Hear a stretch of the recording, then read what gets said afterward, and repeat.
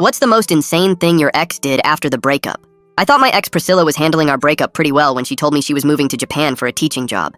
She posted photos of her farewell party on Instagram and even told everyone her psychosis wasn't making her act out anymore. Then came that Saturday morning 6 months later that still makes me throw up when I think about it. I'd gone out with my buddies the night before and got destroyed at this new bar downtown.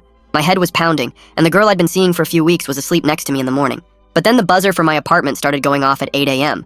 Not just a quick buzz either, but someone holding it down. I stumbled out of bed in my boxers, trying not to wake up Macy while my brain felt like it was splitting in half. The buzzing wouldn't stop, so I finally hit the intercom, ready to yell at whatever delivery guy thought this was acceptable. Before I could say anything, I heard Priscilla's voice through the speaker. My ex-girlfriend, who was supposed to be teaching English to Japanese children, was standing outside my building. She was talking fast, saying she needed to come up right away, and that she'd explain everything. My hungover brain couldn't process what was happening, so I just stood there in silence while she kept buzzing. Macy woke up and asked who was at the door so early. I couldn't exactly tell her my ex had apparently flown across the Pacific Ocean to show up unannounced, so I mumbled something about a package. Meanwhile, Priscilla started yelling through the intercom that she could see my light was on and she knew I was home. Other tenants were probably getting annoyed by the constant buzzing. I finally pressed the button and told Priscilla this wasn't a good time. That's when she dropped the bomb that she was standing there with all her luggage straight from the airport. She said her flight had just landed and she'd taken an Uber directly to my apartment. She hadn't even stopped at a hotel or anywhere else first, just flew 15 hours from Japan to show up at my door. Against every instinct in my body, I buzzed her in. What else could I do with her standing on the street with suitcases at 8 in the morning? I threw on a t-shirt and shorts while Massey asked what was going on. I told her to stay in bed, and I'd handle whatever this was. My hands were shaking from the hangover and the absolute insanity of the situation. Priscilla appeared at my door, dragging 2 massive suitcases and carrying a backpack. She looked exactly the same, except her hair was shorter. She smiled at me like showing up unannounced from Japan was totally normal behavior. I blocked the doorway while she tried to roll her suitcases inside. She started rambling about how teaching abroad had made her realize what really mattered. She said she'd thought about me every single day and knew we were meant to be together. The whole time she was trying to push past me with her luggage like she was moving back in. She kept saying she'd made a mistake and that long distance had given her perspective. I tried to explain that she couldn't just show up like this. I told her we'd broken up for good reasons and that I'd moved on with my life. She wasn't listening though. She pushed harder with her suitcase, and that's when she saw Macy's purse on my kitchen counter. Her face changed completely, and she dropped her luggage handle with a loud thud. Priscilla pushed past me and walked into my studio apartment like she still lived there. She saw Mackie's shoes by the door and a wine glass with lipstick marks from the night before. Without asking, she opened my bathroom door and found Massey's makeup bag on the sink. The whole time I was following her around, telling her she needed to leave while my head felt like it was going to explode. That's when Massey came out of the bedroom wearing my old college t-shirt and nothing else. She froze when she saw Priscilla standing in the middle of my apartment, surrounded by international luggage. The 3 of us just stared at each other in the world's most awkward triangle. My hangover was hitting peak levels, and I thought I might actually throw up right there. Priscilla looked between me and Macy with this manic smile. Then she said the words that still haunt my nightmares years later. She clapped her hands together like she'd just had the best idea and asked with complete seriousness, "So can I join the party?" Macy took 3 steps backward with her hands raised like she was facing down a wild animal. Priscilla kept that crazy smile plastered on her face while she started explaining how she'd seen this kind of arrangement work perfectly in Tokyo. She was talking about how Japanese culture understood that love didn't have to follow Western rules, and how modern people were more open-minded.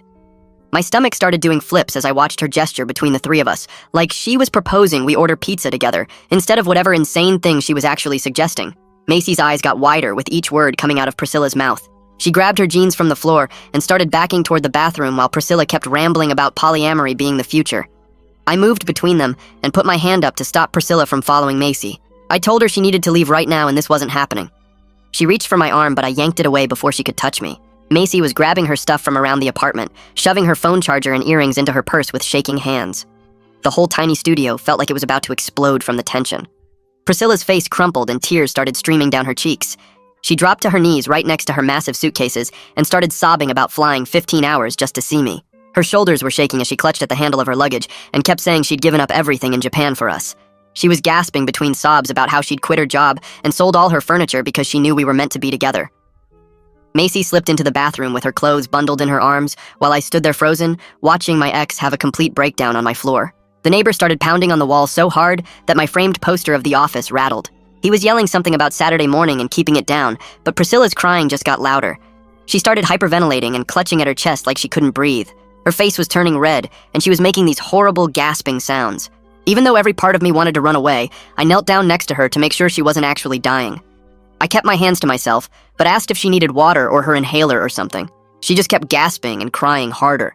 Masi came out of the bathroom fully dressed with her purse over her shoulder. She looked at me kneeling next to my sobbing ex, and her face showed hurt mixed with confusion. She stepped carefully around Priscilla's open suitcase that was blocking half the apartment. She told me she was leaving and needed time to process whatever this was. I started to stand up to explain, but there was literally no way to explain this disaster. Macy's eyes were shiny like she might cry too, as she grabbed her shoes from by the door. I wanted to follow her, but Priscilla was still hyperventilating on my floor. Macy opened the door and looked back at me one more time before walking out. The second the door clicked shut, Priscilla's crying stopped like someone hit a switch. She stood up and wiped her face with the back of her hand like nothing had happened. She grabbed the handle of her biggest suitcase and started dragging it toward my bed while talking about how jet-lagged she was. She said she just needed to rest for a few hours, and then we could talk about everything properly. I jumped in front of her and blocked the path to my bed. I told her absolutely not, she couldn't stay here. She tried to push past me with her suitcase, but I stood firm. Her face went from fake sweet to angry in about 2 seconds. She started yelling that I owed her after everything we'd been through together. She brought up every time she'd had a psychosis episode, and I'd helped her through it. She reminded me about the time I'd promised to always be there for her when she was in the hospital. She said I was being cruel after she'd flown halfway around the world. My head was pounding worse with every word, and her voice kept getting louder and higher. The hangover mixed with her yelling was making me feel like I might puke. She kept listing every nice thing she'd ever done for me, and every promise I'd supposedly made. I pulled out my phone and told her I was calling someone to pick her up if she wouldn't leave on her own. She actually laughed at that and said she had nowhere to go. She explained that she'd given up her apartment before moving to Japan and hadn't bothered booking a hotel because she knew I'd take her back. The weight of this disaster kept getting heavier as I realized she'd literally burned every bridge to trap me. My phone buzzed with a text from Kenta asking if everything was okay because he could hear yelling from outside the building. I texted back that I needed his help urgently with about 15 exclamation points. He replied that he was coming up right away. Just knowing backup was on the way made me feel slightly less trapped in my own apartment. Kenta showed up within 2 minutes and knocked on my door. I opened it, and he took one look at the scene and understood immediately. Priscilla tried to switch to her sweet voice and started explaining to Kenta how this was all a misunderstanding. She batted her eyes at him and said she was just tired from her flight. Kenta wasn't buying any of it, though. He calmly told Priscilla she needed to leave the apartment right now. He stood next to me like a wall of support while she tried different tactics to convince him. She went from sweet to angry to crying again, but Kenta just kept repeating that she had to go.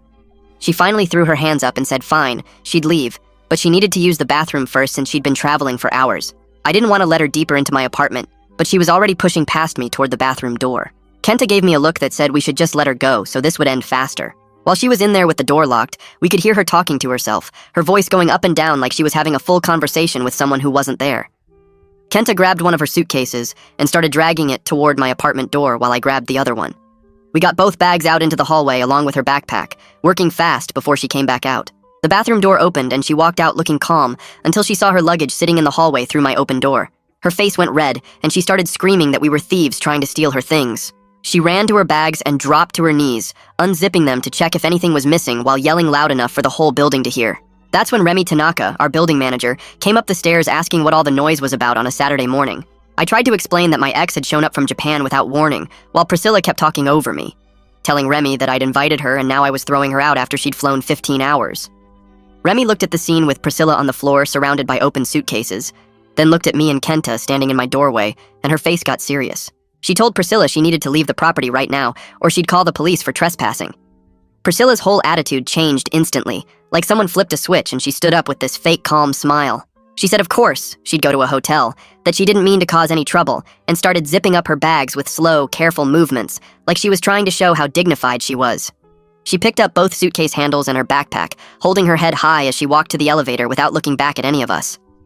The second the elevator doors closed, my stomach finally gave up the fight and I ran to my kitchen sink, where I threw up everything from last night plus what felt like my actual organs. Kenta got me a glass of water and rubbed my back while I stood there shaking over the sink, my whole body feeling like it might fall apart.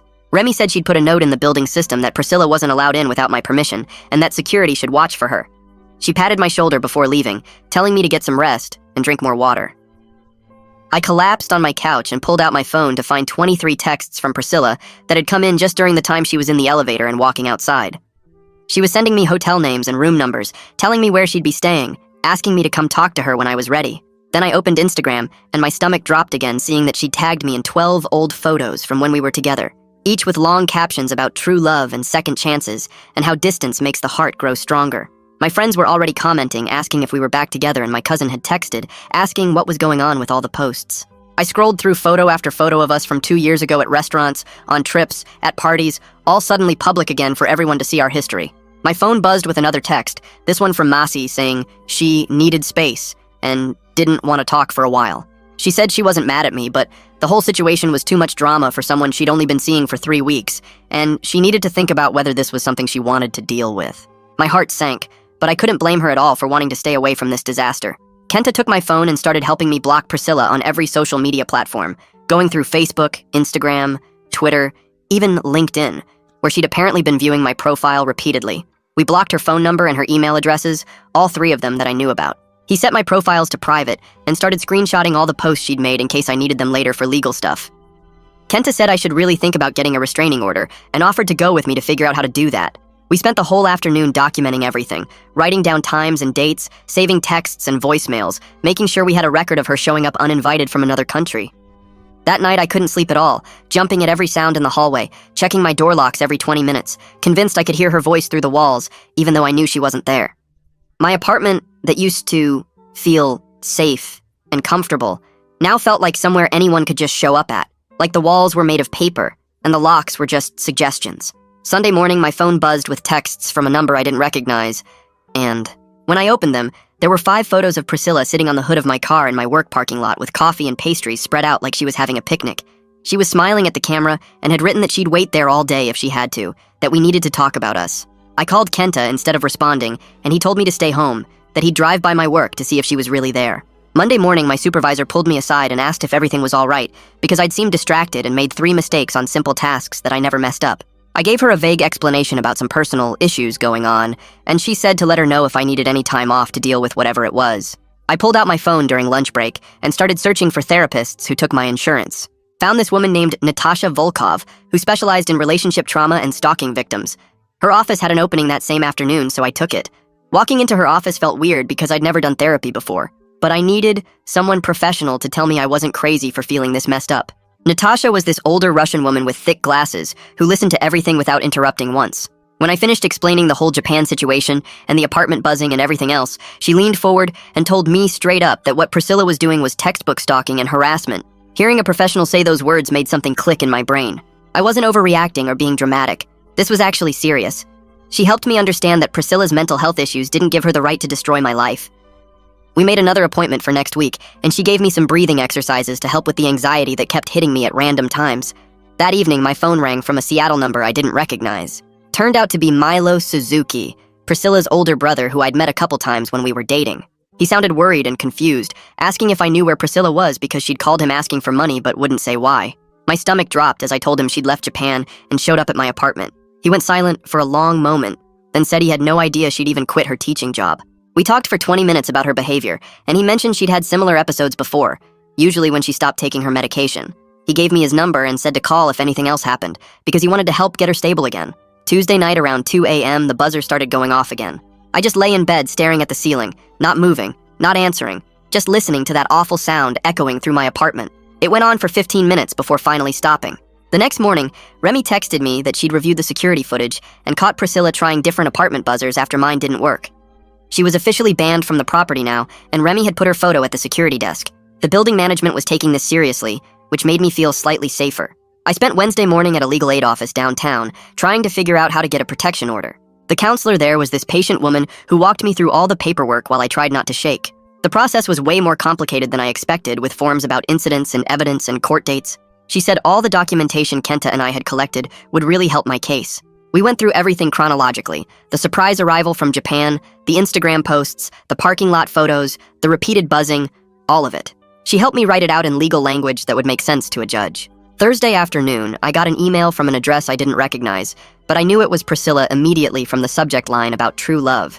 She'd written this long, rambling letter about her time in Japan and how lonely she'd been teaching kids who didn't understand her. She admitted she'd stopped taking her medication 3 months ago because it made her feel numb and disconnected from her emotions. She wanted to feel everything fully, she wrote, especially her love for me. The email went on for pages about destiny and soulmates and how the universe had brought us together. I forwarded the whole thing to Milo without responding to her. He called an hour later saying this confirmed what he'd suspected about the medication. Friday was my second session with Natasha, and we spent the whole time practicing how to set boundaries. She had me roleplay different scenarios where Priscilla might approach me at work or the store or my apartment. At first, I kept over-explaining why I couldn't talk to her, giving long reasons and apologies. Natasha taught me to just say no and stop talking. No explanation needed. We practiced until I could say it firmly without my voice shaking. She reminded me that I didn't owe Priscilla anything, not even an explanation. Saturday afternoon, Kenta called to tell me he'd seen Priscilla at our usual grocery store, clearly hanging around the entrance watching for me. He'd been going to grab beer but saw her first and started taking photos for documentation. She stayed there for an hour before finally leaving when it was obvious I wasn't coming. The fact that she was stalking my regular spots made me feel trapped in my own neighborhood. I started changing my routines, shopping at different stores, taking different routes to work, anything to avoid running into her. Monday morning, Milo called to say he was flying in from Seattle to deal with his sister. He'd found her at some hotel downtown and convinced her to see a psychiatrist with him. She'd agreed, but kept insisting she was fine, and everyone was overreacting about normal relationship stuff. Milo said she genuinely didn't seem to understand why showing up from Japan was inappropriate. The psychiatrist appointment was Tuesday, and Milo promised to update me afterward. Wednesday was the court date for the protection order, and my hands were sweating as I walked into the courthouse. Priscilla was already there with Milo, looking more put together than she had in weeks. She'd clearly showered and put on nice clothes, probably at Milo's insistence.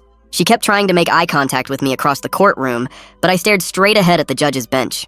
The judge was this older woman who reviewed all the evidence slowly and carefully. She looked at the photos, read the emails, checked the documentation of every incident. Priscilla started crying when the judge asked her about leaving Japan without telling anyone. Milo kept his hand on her shoulder, keeping her calm enough to answer questions. After 40 minutes of testimony and evidence review, the judge granted a 6-month protection order. Priscilla had to stay 500 feet away from me, my home, and my workplace. She also had to maintain mental health treatment as a requirement. The judge explained everything clearly, while Priscilla sobbed quietly, and Milo nodded along. Walking out of that courthouse felt like I could breathe for the first time in weeks. The first few days after court, I kept checking my phone expecting angry texts or calls, but nothing came. My apartment felt weird without the constant worry of Priscilla showing up. I actually slept through the night on day 3 without waking up to check the door locks. By the end of the first week, I could walk to the corner store without looking over my shoulder every 5 seconds. Kenta noticed the change too when he came over that weekend with pizza and beer. He looked around my place and laughed, saying it didn't feel like Fort Knox anymore, with all the extra locks I'd installed. 2 weeks passed without any sign of Priscilla, and my shoulders finally started to drop from around my ears. Work got easier when I could actually focus on my computer screen instead of watching the parking lot. My supervisor even commented that I seemed more like myself again during our team meeting. That's when my phone buzzed with a text from Massey, asking if I wanted to grab coffee. She'd heard about the protection order through some mutual friends from that bar we used to go to. I met her at this little place near her office on a Thursday afternoon. She looked good and seemed happy, which made me feel less guilty about the whole mess. She told me she was glad I got the legal help I needed, and that nobody deserved to deal with that kind of chaos. We talked for an hour about normal stuff like work and movies, and it felt easy. Before she left, she said maybe we could be friends once enough time passed, and I agreed that sounded nice.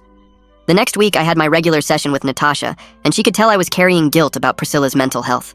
I kept thinking, maybe if I'd handled things differently, she wouldn't have spiraled so badly. Natasha reminded me that Priscilla made her own choices to stop taking medication and fly across the ocean uninvited. She said setting boundaries wasn't cruel, and that I couldn't fix someone else's mental health by sacrificing my own safety. We spent the whole session working through why I felt responsible for Priscilla's well-being when she'd crossed so many lines. Natasha helped me see that compassion didn't mean accepting harmful behavior. A few days later, Milo called from Seattle with an update about his sister. She was staying in his guest room and going to psychiatrist appointments twice a week. The doctor had gotten her back on proper medication, and she was also doing group therapy 3 times a week. Milo thanked me for being patient through everything and for not pressing charges beyond the protection order. He said Priscilla was starting to understand that her behavior had been inappropriate, though she still had a long way to go. About a month after the court date, I was getting coffee at my usual spot when someone called my name. It was one of Priscilla's old friends from college who I hadn't seen in over a year. She asked how I was doing and mentioned she'd heard about everything that happened. She told me Priscilla had reached out to apologize for involving her in drama and actually admitted her behavior had been wrong. It felt strange hearing about Priscilla's life from this distance, but also safer somehow. The friend said Priscilla seemed to be doing better with medication and therapy, which was good to hear. Around this time, I started talking to someone new through a dating app. Her name was Sarah, and she worked as a graphic designer downtown.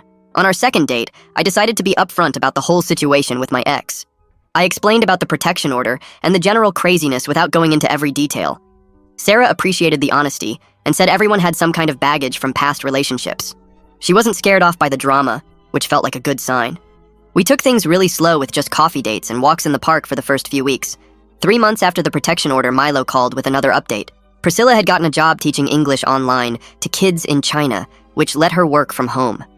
She'd also moved into her own studio apartment in Seattle and was keeping up with all her treatment requirements. Most importantly, she hadn't tried to contact me at all and seemed to be respecting the court order completely.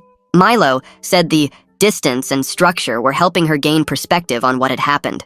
He thought she was finally understanding how her actions had affected everyone involved. My therapy sessions with Natasha shifted from crisis management to looking at patterns in my relationships. We talked about how I'd ignored red flags with Priscilla early on because I wanted to help her through her struggles. Natasha helped me see how my need to be helpful had kept me in an unhealthy situation way too long. We worked on recognizing warning signs and understanding the difference between supporting someone and enabling them.